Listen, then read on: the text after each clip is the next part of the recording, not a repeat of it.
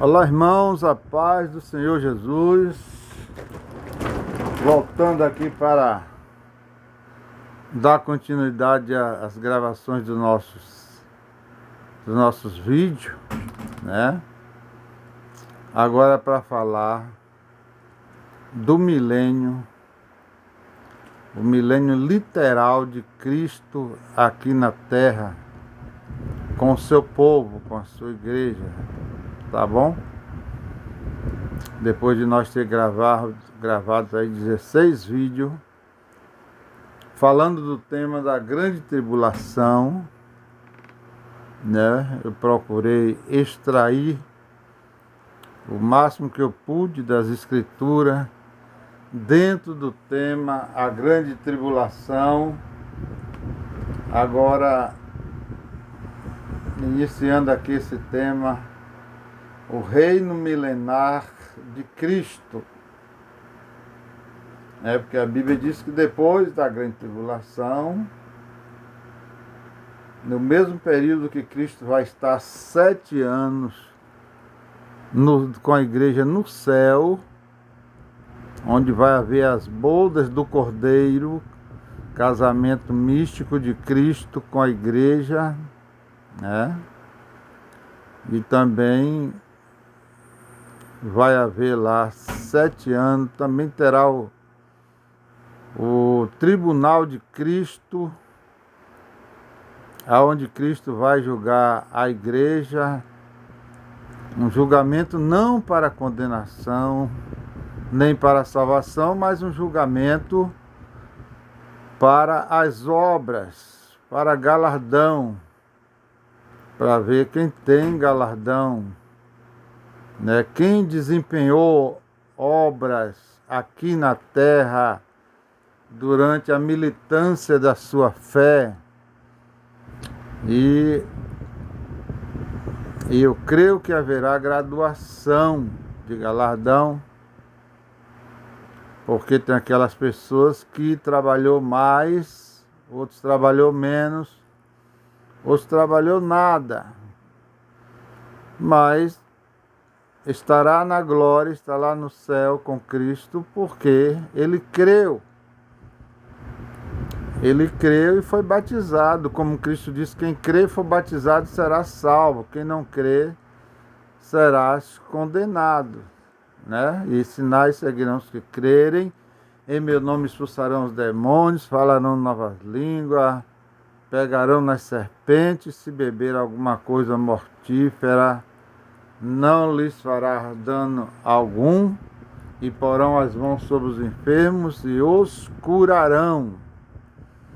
Então, esse tribunal lá na glória, lá no céu, vai ser um tribunal para avaliação das obras, recompensa, galardão do seu trabalho. A Bíblia diz que o nosso trabalho, as nossas obras, será aprovada pelo fogo. 1 Coríntios 3.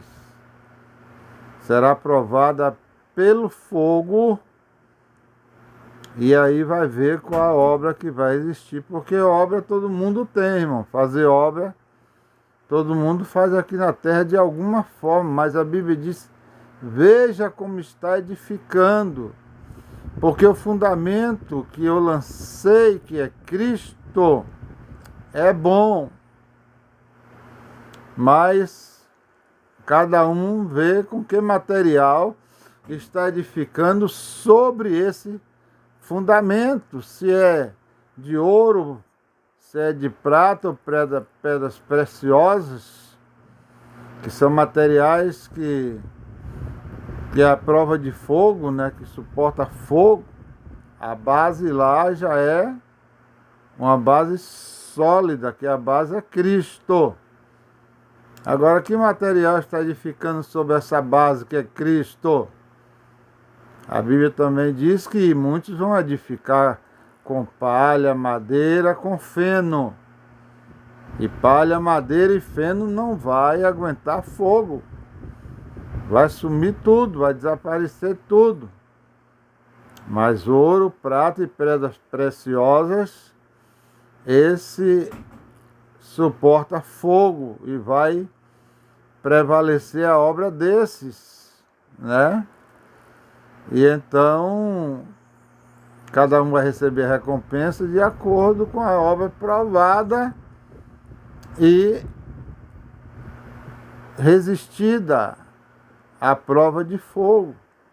Se a obra se queimar, se a obra sofrer detrimento, ou seja, for se tornar cinza, pó, o tal será salvo como pelo fogo. E ele será salvo como pelo fogo porque a sua fé está no fundamento de Cristo. Então, de qualquer maneira, se as obras não prevalecer, mas prevalece a salvação, porque a falta da salvação está fundada em Cristo, né? Agora, ter as obras queimadas, dissolvidas no fogo, também é um negócio ruim, desconfortante. Existe um testemunho aí de um pastor que foi arrebatado. Para ele ver esse arrebatamento, foi para ele acompanhar o tribunal, o julgamento do tribunal de Cristo. E esse pastor diz que ele viu muito choro, muito desespero de muitas almas, né? Com certeza, porque viu as suas obras queimadas, destruídas, se tornar pó, cinza, quando ele esperava que tivesse uma grande coroa para ele lá, né? Quando ele esperava que tivesse posição no reino milenar de Cristo, que é outro assunto que nós vamos falar daqui a pouco, o que significa o reino milenar, né? E não houve uma decepção, e diz que o chororô na visão daquele homem que teve no arrebatamento foi muito grande. Sim, irmão, mas a minha pergunta é: qual o objetivo do reino milenar? Porque nessa tarde eu quero pregar a respeito do reino milenar de Cristo. Naquela linha teológica que esse reino milenar, ele é literal, que Cristo descerá com a sua igreja e governará esse mundo literalmente. Eu não quero falar de um reino milenar alegórico. Eu quero falar literal, né? É assim que a Bíblia diz. Apesar que tem muitos teólogos que afirmam que esse reino é alegórico, e até quem afirma, teólogo que afirma que o reino já está existindo. Esse reino de Cristo milenar já está existindo nos dias de hoje. Muitos afirmam que depois que Cristo morreu, ressuscitou, ele subiu ao Pai e já foi estabelecido o reino. Agora nós vamos ler algumas passagens bíblicas, meu amado, que você vai entender, você vai chegar à conclusão comigo que nós não estamos no reino milenar. De acordo com o que a Bíblia diz, o que é o reino milenar, né? Qual as características dele, as atmosférias do reino milenar. Então nós vamos ver aqui pelas Escrituras que não tem como estarmos no reino milenar, mas o reino milenar está no futuro. Depois que Cristo arrebatar a sua igreja, que passar 7 anos na glória, no céu, enquanto aqui na terra tem 7 anos de grande tribulação, E no findar desses 7 anos de grande tribulação, Cristo descerá, julgará as nações que ficaram do lado do anticristo ou preferiu ficar do lado de Cristo, sofrer, padecer, até ser morto, mas ficar do lado da salvação de Cristo, do que do lado do anticristo.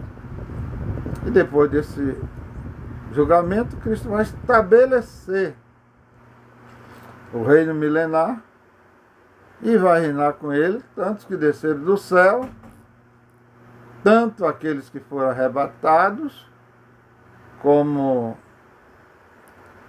aquele que está na terra, mas que não cedeu ao anticristo, né? Vai participar desse reino milenar de Cristo. E eu quero falar aqui que o primeiro objetivo do reino milenar, um dos propósitos do reino milenar é a recompensa dos fiéis.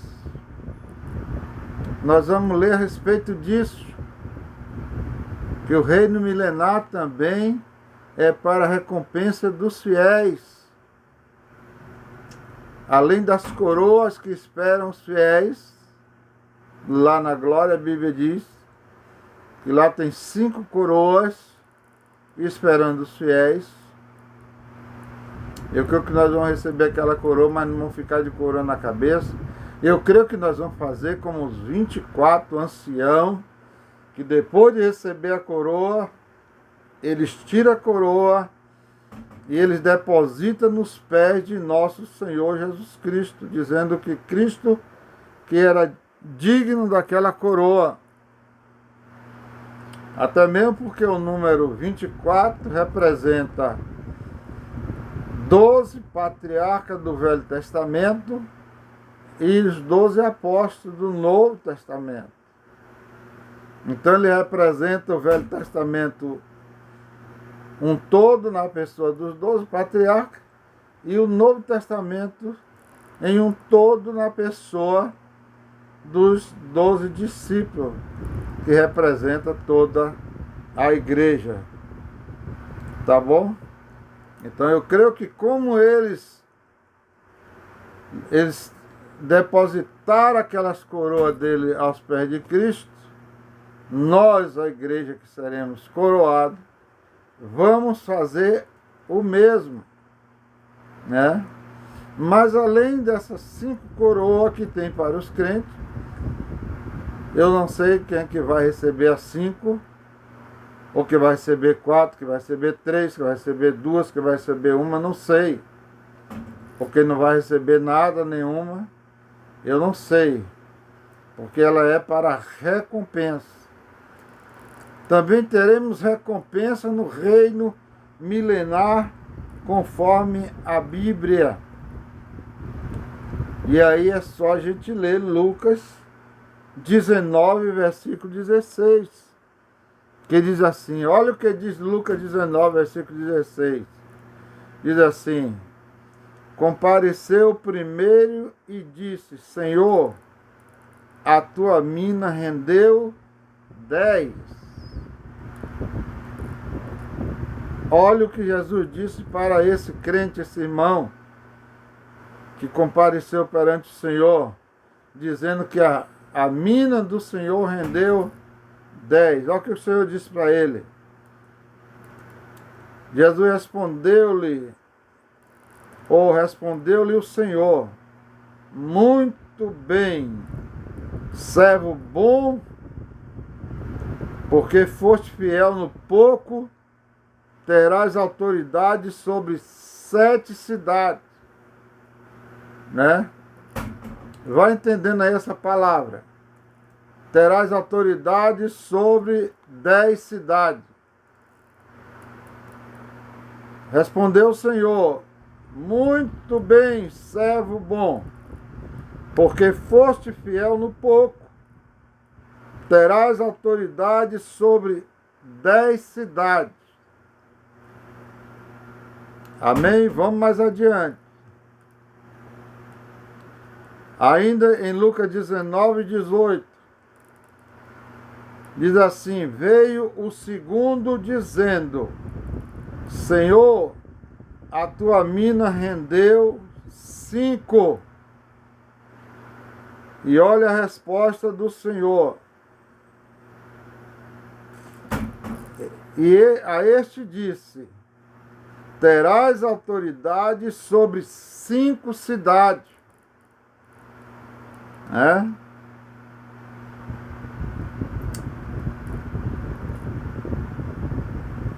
Ouvindo eles essas coisas, Jesus propôs uma parábola, visto estar perto de Jerusalém, e lhes disse parecer que o reino de Deus havia de manifestar-se imediatamente.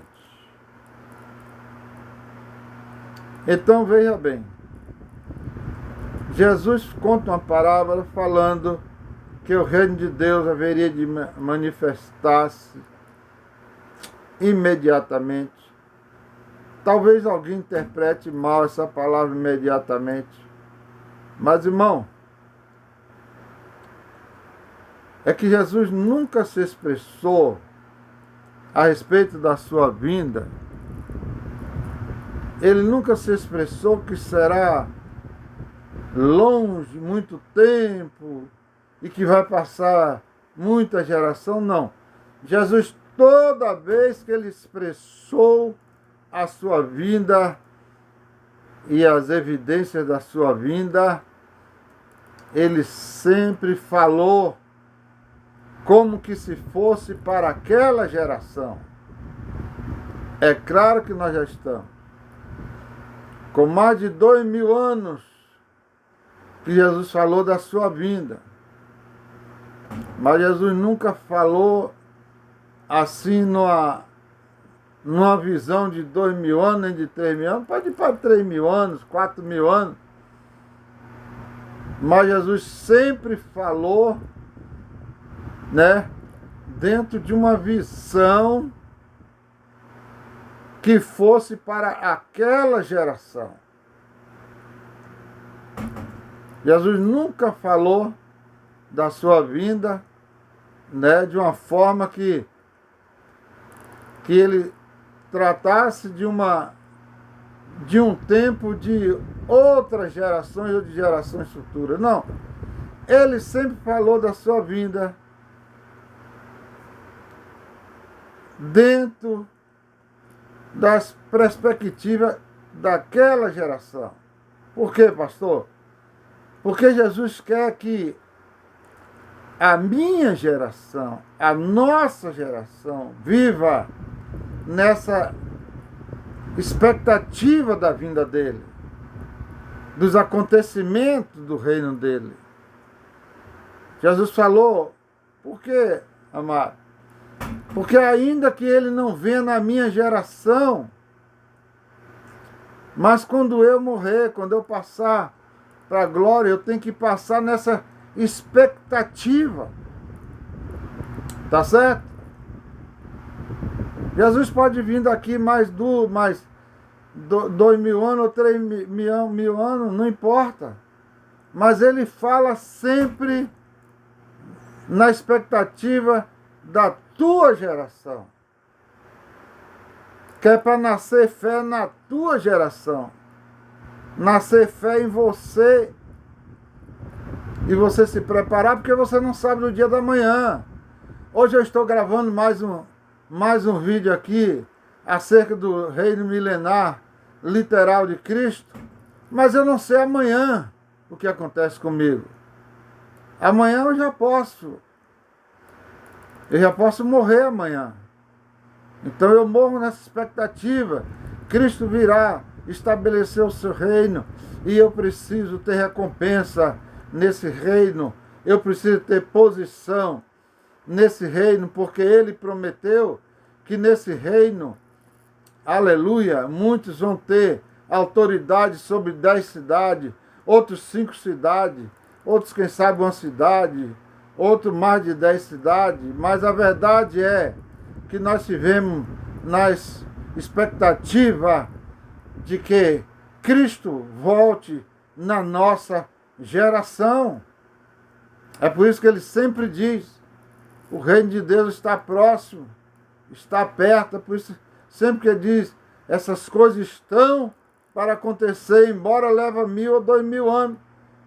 Mas ele fala sempre na expectativa da tua geração, porque você tem que ter fé na tua geração, que essas coisas hão de acontecer, e você tem que passar para a eternidade nessa expectativa de que essas coisas podem acontecer ainda na tua geração, tá certo? Então por isso que Jesus disse,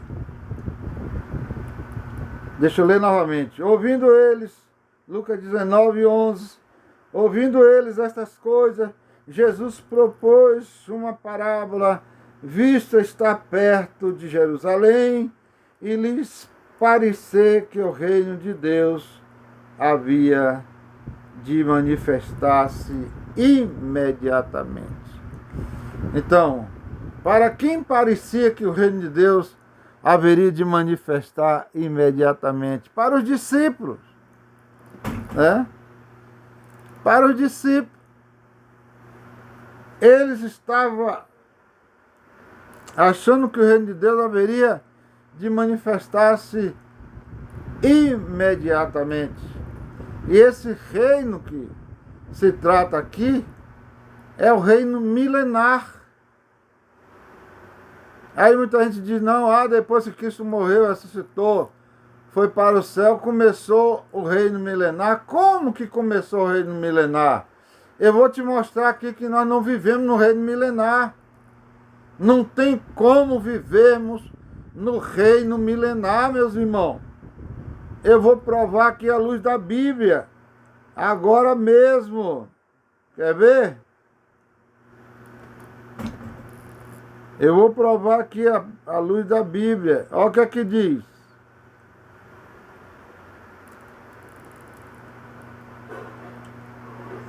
Diz aqui, porque sabemos que toda a criação, a um só tempo, geme agora. A criação geme e suporta angústia até agora. A criação geme, suporta angústia até agora, mas no reino milenar a criação não vai estar gemendo e nem vai estar suportando angústia. Tá certo?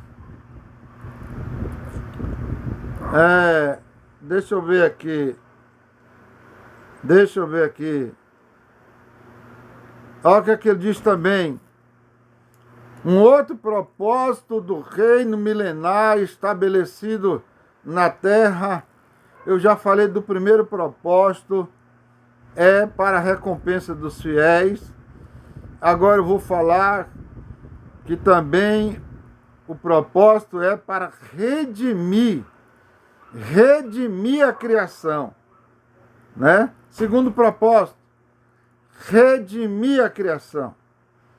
Olha o que Romanos 8:20 diz: pois a criação está sujeita à vaidade, não voluntariamente, ou seja, não por causa dela, mas por causa daquele que a sujeitou. Então o propósito também é redimir a criação. Olha o que diz agora, em Romanos 8:21. Diz assim: na esperança de que a própria criação será redimida do cativeiro da corrupção e para a liberdade da glória dos filhos de Deus.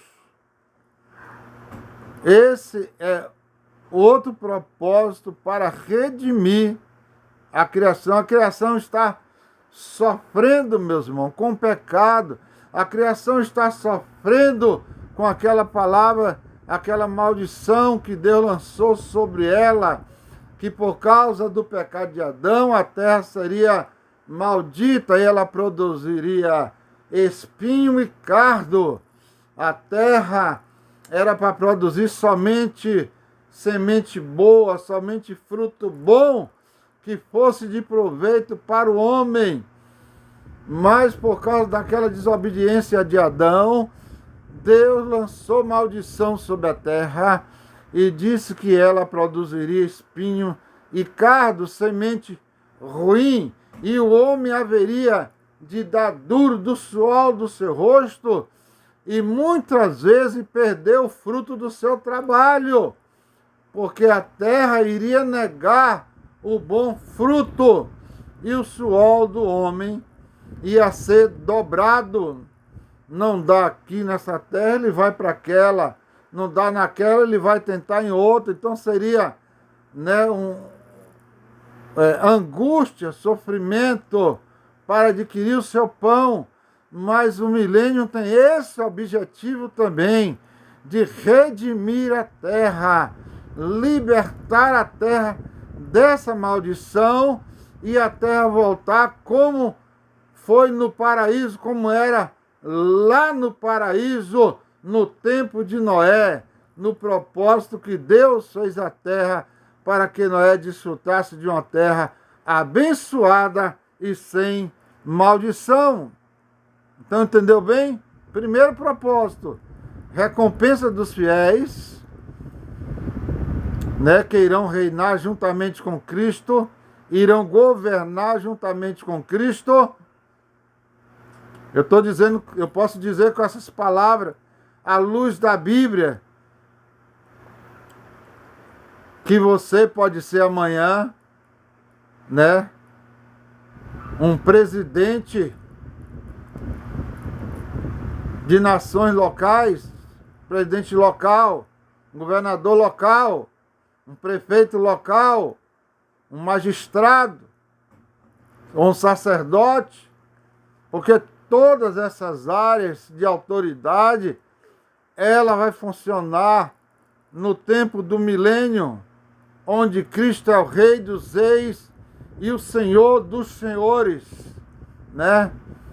E a igreja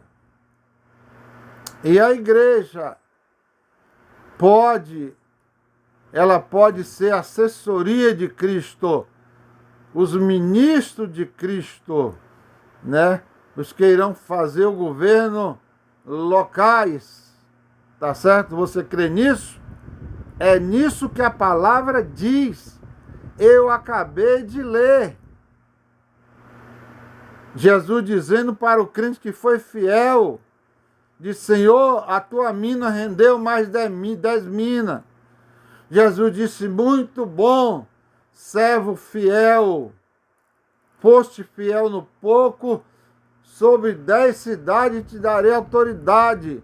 Aos 5 a mesma coisa, sobre 5 cidades te darei autoridade. E o segundo objetivo, o segundo propósito do reino milenar é, como eu já disse, redimir a terra da sua maldição, trazer de volta a terra de bênção, trazer de volta o paraíso, o qual Adão estava ali, e Deus visitava todo dia, ao cair da tarde. Louvado seja o santo nome do Senhor. Louvado seja o santo nome do Senhor. Novamente, porque sabemos que toda a terra, toda a criação, a uma só tempo geme e suporta a angústia até agora.